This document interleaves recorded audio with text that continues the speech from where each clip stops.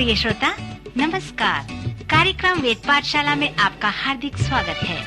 इस कार्यक्रम में हम परमेश्वर के वचन का विस्तार पूर्वक अध्ययन किया करते हैं, जो आपकी आत्मिक उन्नति के लिए लाभदायक सिद्ध होगा। तो लीजिए सुनते हैं आज का ये संदेश।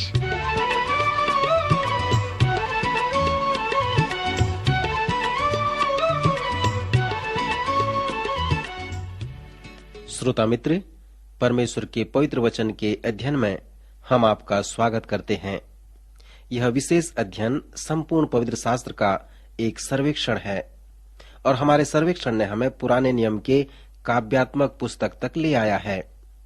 पौलुस वही बात लिख करके हमें बताता है जिसे परमेश्वर के लोगों के हृदय के लिए प्रस्तुत किया गया है, और मैं उस पर विश्वास करता हूँ।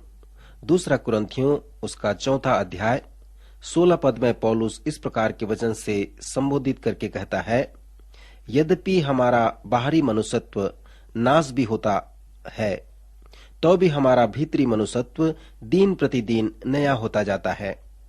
एक बार मैं मेरे एक निकटतम मित्र को देखने गया था जो असाध्य रोग से पीड़ित था और वह अपनी मृत्यु के अंतिम समयों से गुजर रहा था। मैंने इस पद को पढ़कर उन्हें अच्छी तरह से समझाया। बाद में उन्होंने मुझसे उत्तर देते हुए कहा, इस वचन से मुझे बड़ी सांत्वना मिली है। मित्र, पौलुस इस पद में एक गंभीर सत्य को प्रकट करता है। पौलुस कहता है कि हमारे पास बाहरी मनुष्यत्व भी है और भीतरी मनुष्यत्व भी है। जो बाहरी मनुष्यत्व है वो हमारी देह के विभिन्न अंग हैं जिसे हम देख सकते हैं। वह तंबू की जैसा है जिसमें आप स्वयं रहते हैं।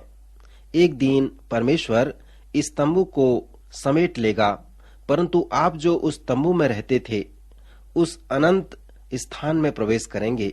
इसका मतलब आपका भीतरी मनुष्यत्व अनंत है और वह हमारा अस्तित्व का आत्मिक भाग है।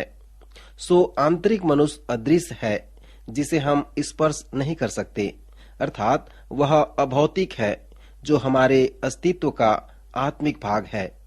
सो पवित्र शास्त्र बताता है कि हमारे अस्तित्व का भीतरी मनुष्यत्व बहुत महत्वपूर्ण है, अर्थात यह भीतरी मनुष्यत्व हमारे बाहरी मनुष्यत्व से बढ़कर है और हमारे बाहरी मनुष्यत्व का महत्व भीतरी मनुष्यत्व से कम है, क्योंकि आपका बाहरी मनुष्यत्व अस्थायी है।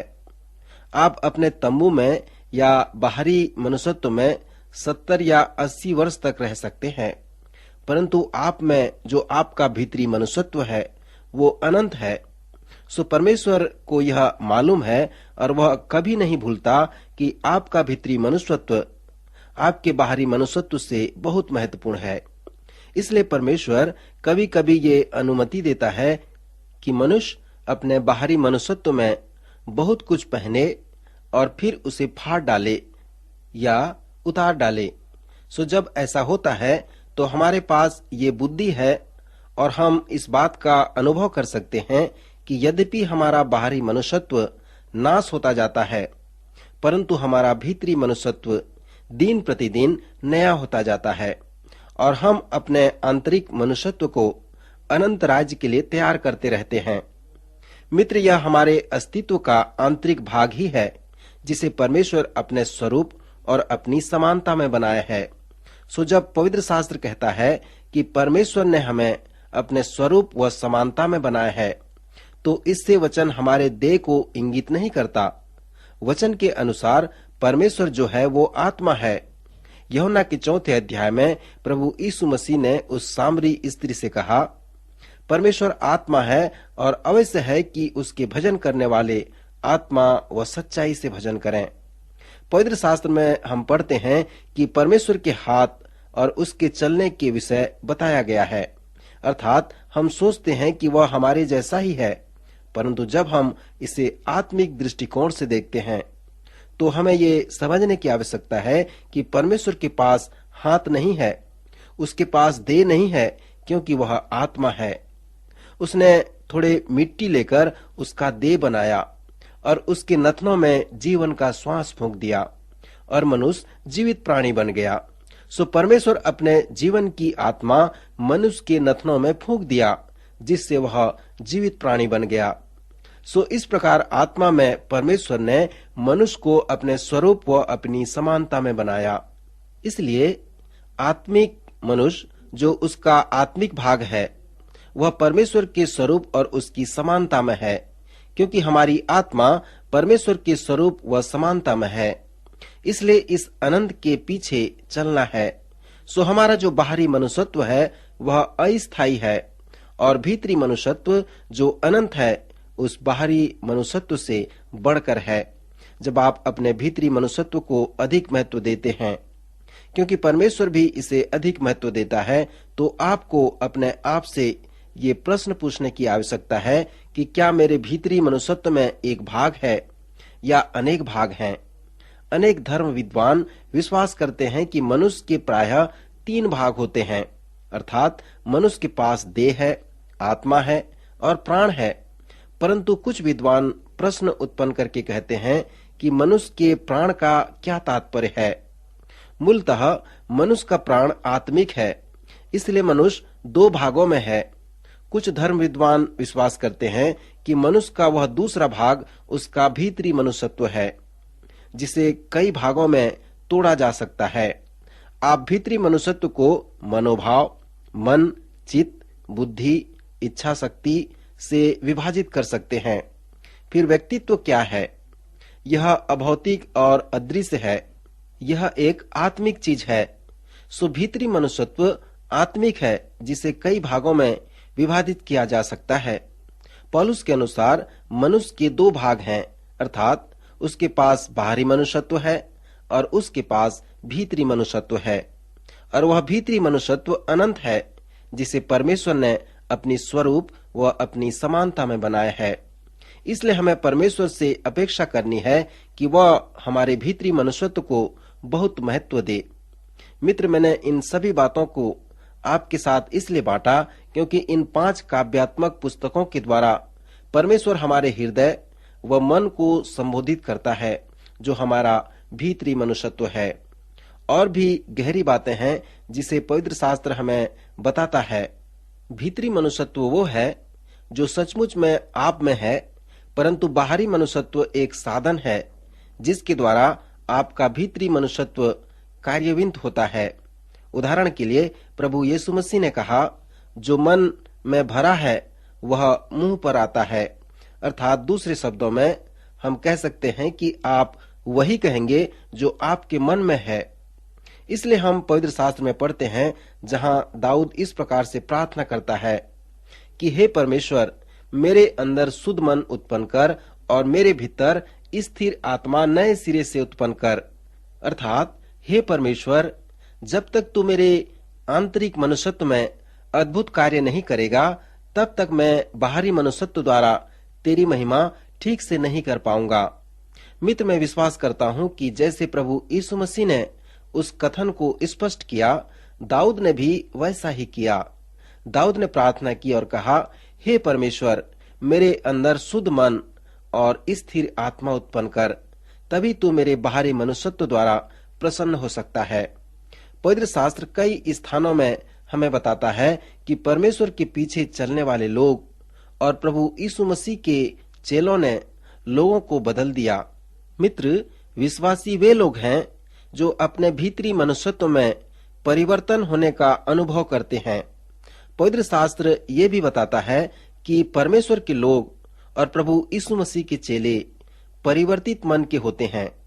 उनके भीतरी मनुष्यत्व में बदलाहट होती है और वे उस शुद्ध मन और स्थिर आत्मा का अनुभव करते हैं। श्रोता, पवित्र शास्त्र इसके विषय में बहुत ही वास्तविक रूप से बताता है कि हमारे भीतरी मनुष्यत्व में बदलाहट आए। यिर्मयाह उसका 2 अध्याय 26 पद के द्वारा परमेश्वर कहता है, तू क्यों नया मार्ग पकड़ने के लिए इतनी डावाडोल फिरती है? क्या हबसी अपना चमड़ा व चीता अपने धब्बे बदल सकता है? यदि वे ऐसा कर सकें तो तू भी जो बुराई करना सीख गई है भलाई कर सकेगी। सो दाऊद के प्रार्थना के समान हमारे भीतरी मनुष्यत्व में अद्भुत कार्य होने की आवश्यकता है। जब हम नए जन्म का अनुभव प्राप्त करेंगे तब वचन कहता है कि तुम्हारी बुद्धि के नए हो जाने से तुम्हारा चाल चलन भी बदलता जाए। मित्र, जब पवित्र शास्त्र परिवर्तन के विषय में बताता है तो हमें ये भी बताता है कि हम अपने आप को नहीं बदल सकते। सो यह एक बुरा समाचार है, परंतु शुभ समाचार यह है कि परमेश्वर आपको परिवर्तित कर सकता है, आपको बदल सकता है। पवित्र शास्त्र कभी नहीं कहता कि परिवर्तन का कार्य क्या है, परंतु यह तो परमेश्वर द्वारा होता है, जो मनुष्य के भीतरी मनुष्यत्व में उत्पन्न होता है। और जब भीतरी मनुष्यत्व में परिवर्तन होगा तब हम उसे मनुष्य के बाहरी मनुष्यत्व में देख सकेंगे। श्रोता मित्र, परमेश्वर की बड़ी इच्छा है कि हमारे भीतरी मनुष्यत्व में परिवर्तन के अनुभव को हम देखें, और परमेश्वर ये भी चाहता है कि वह हमारे भीतरी मनुष्यत्व के परिवर्तन के अनुभव को बाहरी मनुष्यत्व में देखे। इसलिए परमेश्वर ने हमें अपने पवित्र शास्त्र में 5 प्रेरणादायक काव्यात्मक पुस्तकें दी हैं, जो मन व हृदय की भाषा है। जैसे आप इन पुस्तकों को पढ़ते हैं तो आप ये अनुभव करें कि परमेश्वर की उंगलियां आपके हृदय को दबा रहे हैं, आपके भीतरी मनुष्यत्व को दबा रहे हैं, ताकि आपके भीतरी मनुष्यत्व में परिवर्तन आ सके और आप इन काव्यात्मक पुस्तकों को इस प्रकार वर्णन कर सको कि यह बाइबल में आपके लिए सबसे अधिक आध्यात्मिक पुस्तकें हैं। अय्यूब की पुस्तक मुझे अच्छी लगती है। एक पास्टर होने के नाते मैं इस पुस्तक का उपयोग करता हूं, ताकि जो लोग दुख व पीड़ा में पड़े हैं वे उसका सामना कर सकें। मेरे जीवन में दुख व पीड़ा तो नहीं आए और न ही मैं उसका अनुभव कर पाया, परंतु मेरे जीवन में समस्याएं जरूर आईं, और जब भी समस्याएं आईं मैंने अय्यूब की पुस्तक को पढ़ना प्रारंभ किया और एक महान शांति व छुटकारे का अनुभव प्राप्त किया। मित्र, अय्यूब की पुस्तक उन टूटे व खेदित लोगों के लिए परमेश्वर का संदेश है। यदि कोई परमेश्वर से प्रेम रखता है और उसकी आराधना करना पसंद करता है तो उसे भजन संहिता की पुस्तक से प्रेम करनी चाहिए, उसे पढ़नी चाहिए। यदि आपको व्यावहारिक बुद्धि व ज्ञान की आवश्यकता है तब आप नीति वचन की पुस्तक में आएं, और यदि आप आशीष पाए हैं या दुखी व पीड़ित हैं तो आप सभोपदेशक की पुस्तक को पढ़ें। और अंत में यदि आप चाहते हैं कि आपके पास एक प्रेममय जीवन हो तो आप श्रेष्ठ गीत की पुस्तक में आएं। मित्र, इस चुनौती के साथ आज मैं रुकना चाहता हूं कि क्या आपके भीतरी मनुष्यत्व में परिवर्तन हुआ है? क्या आप में एक शुद्ध मन, स्थिर आत्मा उत्पन्न हुआ है? यदि नहीं तो परमेश्वर आपके जीवन में ऐसा कर सकता है। अभी आप सुन रहे थे कार्यक्रम वेद पाठशाला। श्रोता, हमें विश्वास है कि इस कार्यक्रम के द्वारा आपको आशीष मिली है। यदि इस कार्यक्रम के विषय में अधिक जानकारी प्राप्त करना चाहते हैं या बाइबल अध्ययन से संबंधित कोई प्रश्न हमसे पूछना चाहते हैं तो आप हमें इस पते पर लिखें। हमारा पता है कार्यक्रम Ved Pathshala, Vishwavani, post box number 731, Faridabad 7, Haryana. पता एक बार फिर से सुन लीजिए। कार्यक्रम Ved Pathshala, Vishwavani, post box number 731, Faridabad 7, Haryana. तो इसी के साथ आज के कार्यक्रम का समय यहीं पर समाप्त होता है। अगले कार्यक्रम में आपसे फिर भेंट होगी। तब तक के लिए हमें आज्ञा दीजिए। नमस्कार।